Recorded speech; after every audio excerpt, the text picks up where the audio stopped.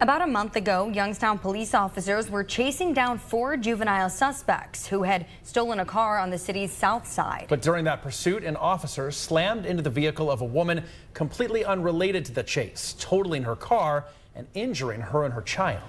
It's not likely, though, that the officers will be held responsible. Sydney Canty has more on why. Sydney? Well, the victim in this case is facing some life-altering injuries, and she has liability insurance. Now, when it comes to the police involved in the crash, by law, they cannot be held responsible. Ashley Lentz had just picked her 8-year-old child up from school and was about a block away from home when she saw the red and blue flashing lights in her rear view.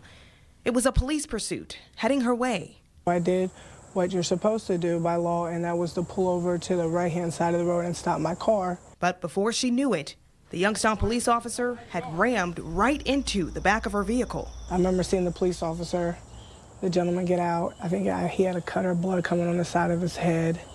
And I just remember him shaking his head and looking at me that he didn't see me. It's a situation that has completely upended Lentz's life. I had a concussion, and then I still have to go to a neuro doctor. There's like numbing in my fingers. I've lost some of my feeling in my fingers. Now, you might think that since police are the ones who crashed into the back of Lentz, that they're the ones who will have to handle the damages. But I'm told it's not that simple.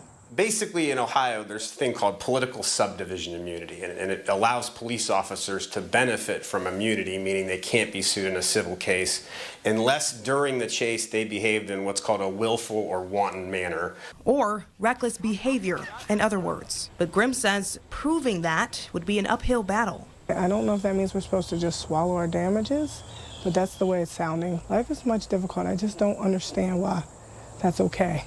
I just don't feel like that should be okay. That affects my whole house.